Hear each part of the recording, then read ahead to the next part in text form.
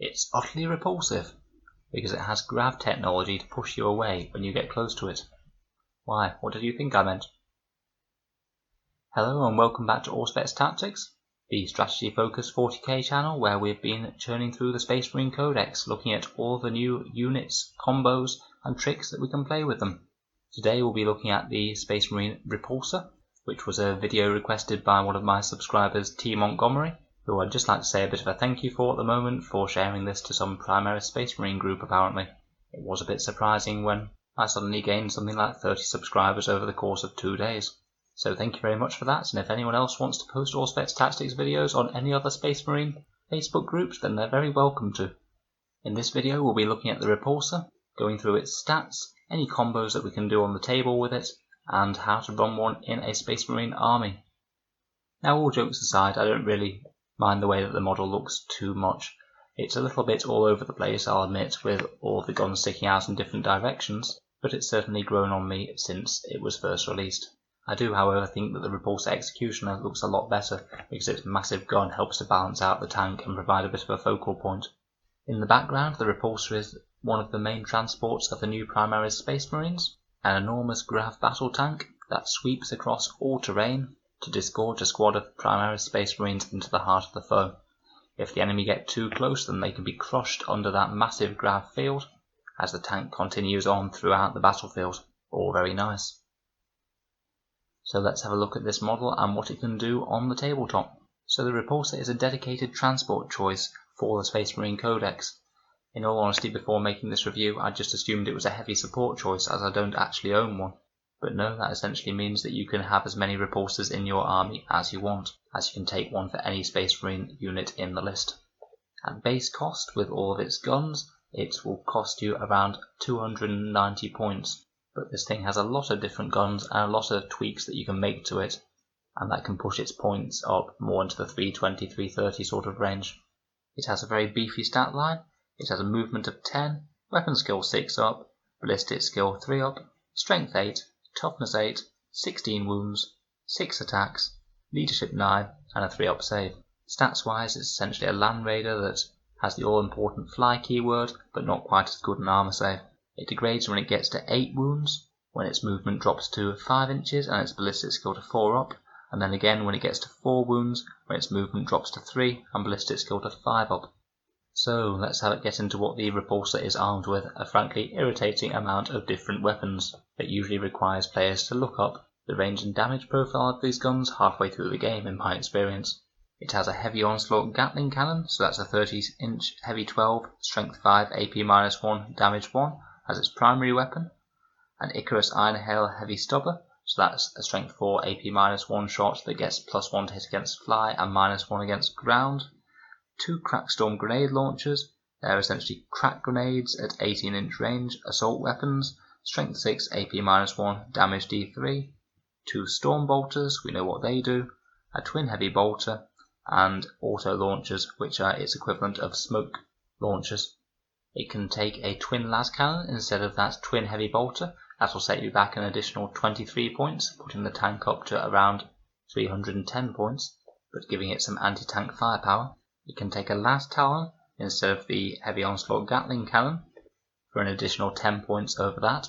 The las talon is essentially a twin las cannon with only 24-inch range, so good firepower but less flexible. It can take an onslaught Gatling cannon instead of an Iron Hail heavy stubber, which I forgot to include in the initial list, so I'm already suffering from the Repulsor having too many guns myself. This one I would genuinely recommend taking, as 6 strength 5 shots at 24 inches that the onslaught Gatling cannon gets you is well worth the 16 points that you pay for it, and it certainly beats out the heavy stubber for 10 points less. It can take 2 Fragstorm grenade launchers instead of 2 Storm bolters. They're the ones that fire D6 strength 4 shots at 18 inches and are assault weapons. In general, they're a bit of a wash whether you take them or the Storm bolters, except the Storm bolters are a lot cheaper and go out to 24-inch range, so I typically run with the Storm bolters myself. It can swap out its Icarus Iron Hail heavy stubber for an Icarus rocket pod, a Storm bolter or a Fragstorm grenade launcher. Of these, I think it's a bit of a no-brainer to take the Icarus rocket pod. The thing is only 6 points, strength 7, 24-inch range, again has the Icarus rule, so hits 1 better against fly, it's 1 worse against ground. It has D3 shots and 2 damage. So against almost all targets that are in any way tough, it will be miles better than the Iron Hail Heavy Stubber, and it doesn't actually cost any more points. Just take this, it's really obvious. Instead of its auto launchers, it can take 2 more Fragstorm grenade launchers. Now I find this a really quite interesting option actually. If your Repulsor has very limited targets to shoot next turn, then using the auto launchers to get -1 to hit in the enemy's turn could be very powerful. But this isn't going to come up in most games. So you'll have the option of having a rarely used but powerful ability versus a small amount of cheap extra firepower. I could happily see both sides of keeping the auto launchers or swapping them out for Fragstorm grenade launchers for a little bit more reliable firepower. And finally, you can also bolt on 1 additional Iron Hail Heavy Stubber to the model, just in case you didn't think it had enough guns. That costs 6 points, and I'd say is generally worth doing for the extra 3 Strength 4 AP-1 shots at 36 inches that it gives you. This is just 6 extra points. Now the Repulsor also has a decent number of special rules. It has Angels of Death, giving it combat doctrines, which will mainly be useful for the Devastator doctrine for this behemoth. Particularly if you're using all the anti-infantry weapons, then most of them are heavy, such as the Heavy Stubbers and the Onslaught Gatling cannons, and making them all go from AP-1 to AP-2 is a really big buff against a lot of targets. If you're playing an army in the Tactical Doctrine though, then it's not entirely wasted, as those Storm Bolters and Fragstorm grenade launchers will also get an AP-1, which certainly doesn't hurt. It has Bolter Discipline, which means that any Storm Bolters you have on your Repulsor will be able to double fire if it remains still in the previous movement phase, but I wouldn't hinder your Repulsor's movement for this very small increase in firepower. You're best off getting it optimally in range for all of its other guns, or keeping it out of harm's way. It also has Shock Assault, meaning it will usually have 7 attacks in the first round of close combat, though admittedly they only hit on 6s. It has the Hover Tank special rule, which means that distances are always measured to and from the model's hull rather than its base, which makes sense as it's actually got quite a big hull. If it has auto launchers, which as we've said you can choose to swap out, and we've talked about them already, they give -1 in the opponent's next shooting phase if the Repulsor chooses not to shoot in its shooting phase. The difference between these and smoke launchers is that you can use these multiple times per battle. There's no 1 turn rule like the smoke launchers rule is. It has a Repulsor field to represent that grav backwash, which means that if the Repulsor is the target of a charge, then you subtract 2 from the charge roll. In particular, this makes the Repulsor very hard to charge out of reserve, where your opponent has to set up more than 9 inches away from the model. Like Land Raiders and Storm Ravens, it has Power of the Machine Spirit, so this means it can move and ignore all penalty for moving and firing with heavy weapons. So you can afford to swoop around 10 inches with this model most of the time, at no loss of firepower, so it should rarely find itself out of position. Finally, it has the Explode special rule, so if it dies and you roll a 6, this thing will detonate, and everything within 6 inches of that enormous base will take a full D6 mortal wounds. So a very, very nasty explosion there. This alone is a good reason to keep a command point handy if you have a Repulsor that is just going down, because if you do roll that 6 and a bunch of your other units are around it, then you could deal enormous damage to your own army, and it could be certainly enough to swing the game in a close match. Now the Repulsor is also a transport vehicle. It can transport 10 Primaris infantry, so say 10 Intercessors or 10 Hellblasters, and it can also transport Gravis armor, but Gravis armored models take up 2 spaces, so it could transport say 5 Aggressors. It can't transport jump pack units, so Suppressors and Inceptors will not fit inside this thing. Unfortunately, it cannot transport any standard Space Marines, so no Terminators, Centurions, or Tactical Marines. I assume the reason in the background behind this is because Primaris Marines don't like to share their toys. So overall, the Repulsor is a big, nasty, fairly durable tank that has a whole host of different weapons on it, most of them being anti-infantry, and most of them wanting to be fairly close to the enemy. As a general rule of thumb, this thing wants to be within 24 inches to fire most of its secondary weapons, and it will gain even more shots if it's within 18 inches. The large transport capacity also gives you the option of transporting some nasty Primaris Space Marines into the heart of the battle, or just keeping them safe turn 1. So what tricks can we use to get the most out of our repulsors then? Ultramarines as a chapter don't really do that much for the repulsor, due to it already ignoring the move and shoot penalty for heavy weapons, and already being able to fall back and shoot. But the repulsor can transport a squad of 5 aggressors, and Ultramarines aggressors are some of the best units for that codex, as I've talked about in my recent Ultramarines review video. If they can start inside the safety of a repulsor, then first turn they can get out an additional 3 inches, then move and use the stratagem to double fire their weapons turn 1, so that gives them a much bigger threat range from the start of the first turn and can keep them safe if you do go second. The White Scars also have some similar tricks up their sleeves with their disembark stratagem, where they can basically have the similar rule to the Repulsor, where the vehicle can move, then the unit can get out of the vehicle after it has moved. This is again great for deploying some close range shooting, such as some Hell Blasters or some aggressors. Iron Hands are, as normal, one of the chapters to beat in terms of actually buffing the vehicle itself. 6 up Feel No Pain is amazing on any model with multiple wounds. 5+ Overwatch is particularly brutal when you're firing this many guns. Reducing the vehicle damage table is also great, as is re-rolling 1s with all heavy weapons, so you can't really fault the Iron Hands. The Repulsor also has amazing synergy with Iron Father Pyros. He really benefits from the 5-up invul that Pyros can give, plus those lovely boosted repair rolls, and also hitting on 2s. The Repulsor also loves the Iron Stone, which should help to keep it even safer from enemy fire. It's safe to say that Iron Hands are particularly strong with any vehicle. Raven Guard, or using the Stealthy Successor Chapter trait, is also good for giving the Repulsor a 2-up save from long range firepower. Point for point, it's not actually the most durable, so this is a powerful benefit. Salamanders could be worth a shout if you're thinking of taking a twin-linked las cannon on it, as that will allow you to focus those nasty Salius rerolls on that weapon and then get essentially a couple of las cannons with 4 rerolls if you roll averagely. Finally, Imperial Fists and Crimson Fists are wishing that this thing would use bolt weapons like a normal Space Marine would, but they could both buff the damage potential of the unit. Crimson Fists better against hordes and Imperial Fists via ignoring cover. The Repulsor will certainly benefit from any Space Marine characters. Captains, Chapter Masters and Lieutenants will all provide their usual standard damage buffs to this vehicle, and a Chaplain can certainly be a good option, as the Repulsor is a big model and can get a lot out of a litany being used on it. Hitting on 2s, or even better having +1 to wound, is really useful on a model with so many low strength shots. A Tech Marine is also a good cheap HQ choice worth considering if you're running a vehicle heavy list, just to pile back a few of the wounds that your opponent has managed to strip off the vehicle. As it's a big vehicle, the Repulsor is a lot more likely to be wounded but not die than some others, so Tech Marines could be useful for him.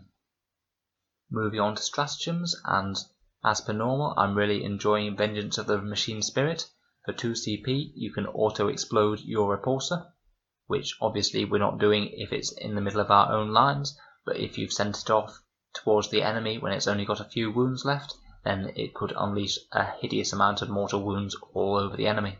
The stratagem also would give you the option of firing one of its weapons when it dies if that is more advantageous, so you could spin up that heavy onslaught Gatling cannon or fire up those twin las cannons one last time to hopefully kill an enemy unit in its own shooting phase before they've got to fire, which could be a very big nasty swing. For 2 CP, it's certainly an option worth thinking about. Next we have the Hunter Slayer missile for 1 CP, which allows you to essentially fire a single shot with the Repulsor at an enemy vehicle or monster unit, and if it hits, then the unit takes D3 mortal wounds. This isn't bad because, unlike similar Space Marine stratagems, the Flak Missile and the Hellfire shells, you don't have to forego shooting any other weapons, so this could be good in a pinch at the end of your shooting phase if you have an enemy heavy hitter alive on just 1 or 2 wounds. You could easily finish it off like this. It won't be used all the time, and I probably wouldn't use it for standard damage output, but definitely have this in mind each shooting phase should it become necessary. And finally we have Armour of Contempt for 1 CP. For the rest of that phase, you have a 5-up chance to ignore mortal wounds. Bear in mind that this will only allow you to ignore 1 in every 3 mortal wounds, so you're only saving 1 wound on the Repulsor for every 3 that your opponent targets with, so it's a fairly low yield stratagem unless they are literally about to unload something like 10 mortal wounds on your Repulsor. So how would I use a repulsor on the tabletop then? For my standard build, I think that I would just go down the heavy anti-infantry approach for this tank, and forego the twin las cannon or las talon. My build costs 310 points. It takes the heavy onslaught Gatling cannon, the regular onslaught Gatling cannon, the twin heavy bolter, 2 storm bolters, the Icarus rocket pod, 2 frag storm grenade launchers, 2 crack storm grenade launchers, and an iron hail heavy stubber. At optimal range when stationary, this thing will put out an average of 46 shots per turn, so that's a really decent amount of anti-infantry firepower to be throwing at your opponent. 24 of those shots will be strength 5 and AP-2 if in Devastator Doctrine, and strength 5 AP-2 is a really nice damage profile to have, as it's just enough to wound a knight on a 5-up, just enough to wound most infantry on a 3-up, and AP-2 means that it should put a big dent in armoured targets too. Depending on the rest of the list, I'd certainly think about transporting something in the repulsor to keep it safe turn 1. Aggressors would be my first choice, due to the very scary amount of shooting that they have. If nothing else, then being inside a repulsor means that turn 1, the aggressors can get out in front of the repulsor 3 inches forward, and plus the length of the model's base will mean that they're a fair bit closer to the opponent. If I'm going second, this might also be enough to let them get close enough to charge, which would be very nice with all of those power fists. Hellblasters would be another solid option to put in a repulsor. I don't personally like them quite as much for their damage output, but they're certainly a high firepower, low durability Space Marine unit that will really profit from being behind some thick adamantium walls turn 1. The repulsor is generally fairly short ranged and gets more firepower the closer you are to it, so I think about hovering my repulsor forwards as part of the main battle line to throw down its million shots all over the enemy as efficiently as possible. Ideally, I'd put any buffing characters I wanted either around it or in it so they can get out and buff it the next turn. I'd think about using prepared positions to give it a 2-up save turn 1, and if the enemy has anything nasty that could come in from reserves near it, then I'd think about screening it with scouts. When it's on its last legs, I would be highly on the lookout for an opportunity to charge it into close combat with something nasty of the enemy's. Between the small move that it would have left on a low profile, the charge range, and then the 6 inches you can gain in close combat by piling in and then consolidating, you could get it a long way up the board, hopefully in range of a lot of units for when it detonates. And it will be a when it detonates, because it isn't just a chance of it blowing up if you pay those 2 CP, it's guaranteed, which is amazing that you can guarantee such an enormous amount of mortal wounds on the enemy for a damaged tank that's likely going down the next turn anyway. Now currently the main competitor for the Repulsor is its new brother, the Repulsor Executioner. I'll be honest, I've seen more lists using the Repulsor Executioner than the standard Repulsor at the moment in the meta, particularly Iron Hands lists clustered around the Ironstone and Fireos with 3 Repulsor Executioners sitting at the back of the enemy deployment zone. I can see why people are going for this. The Repulsor Executioner has an incredibly nasty main gun that can fire to very long range, and Space Marine armies in general tend to suffer more for long-ranged anti-tank than they do for close-ranged anti-infantry. There's quite a lot of units out there that do very good close-range anti-infantry in the Space Marine lists, whether it's the standard Tactical Marines or Aggressors or Assault Centurions, to name just a few. I think in my competitive lists I would tend to go for the Repulsor Executioner over the Repulsor for this reason, but in specific armies I certainly could see the argument for including standard Repulsors. If you're going with a strategy that involves transporting a large unit of Primaris Marines, be they Intercessors, Hellblasters or Aggressors, the Repulsor is the only real thing that can do this at all at the moment. Also, if you just want a repulsor that's a lot more anti-infantry focused than anti-tank, then obviously this is the way to go. Or if you want to get the most out of that massive explosion when it dies, as this repulsor will want to be moving up towards the enemy for the most part, rather than sitting back in your own gun castle. One other reason to include a repulsor is if you've already taken 3 repulsor executioners and you just love spamming repulsors and making your opponent's life hell. As we've recently talked about, armor saturation, if you have more units of the same defensive profile, then more likely to survive till later in the game. So the repulsor certainly gives you an option for some nice spam. Does anyone fancy playing against a list that has 3 repulsors and 3 repulsor executioners and a couple of characters? I suspect probably not, but it's doable at less than 2,000 points. If you can think of any other Repulsor related tactics or strategies, then please let me know down in the comments, and also if I've got any rules wrong, which does happen from time to time. Thanks for listening to another Auspex Tactics unit review. Feel free to subscribe if you'd like to see more like this. I'll be uploading Space Marine strategy videos as often as I can. I'll see you guys in the next video.